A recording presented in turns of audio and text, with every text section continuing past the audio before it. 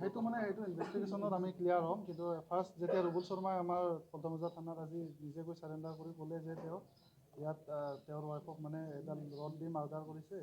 ত' তাৰপিছত আমি ইয়াত আহিলোঁ আৰু তেওঁ দেখুৱাই দিয়া মতে আমি ৰড পালোঁ বা অন্য যিখিনি আমাৰ প্ৰচিডিউৰ আছে এভিডেঞ্চ কালেকশ্যন, এইটো FSL এক্সপাৰ্ট টিম আৰু CIDৰ পৰা এক্সপাৰ্ট টিম আহিছে, গতিকে গোটেই প্ৰচেছটো এতিয়াও কণ্টিনিউ আছে আৰু সেই ৰডডাল আমি পালোঁ, এইটো চিজ কৰা হৈছে আৰু এইটো ফাৰ্ডাৰ তেওঁৰ হেৰি মতে তেওঁ কোৱা মতে যে নিজৰ ৱাইফৰ যিটো এক্সট্ৰা মেৰিটেল এফেয়াৰৰ কথা কৈছে, ত' সেইটো কনফাৰ্মেশ্যন এতিয়া আমি দিব নোৱাৰিম। ইনভেষ্টিগেশ্যন প্ৰিলিমিনাৰী ষ্টেজত আছে। তেওঁ পাইছে এৰাউণ্ড 9:30 পুলিচ ষ্টেচন আৰু ঘটনাটো তেওঁ কোৱা মতে তাৰ অলমষ্ট 1-1.5 ঘণ্টা আগত বুলি কৈছে। ত' প্ৰপাৰ ডেট অফ 8টামান বুলি আমি এষ্টিমেট কৰিছোঁ। ৰুবুল প্ৰফেশ্যনেল ড্ৰাইভাৰ, স্কুলতো গাড়ী বাছ চলায়।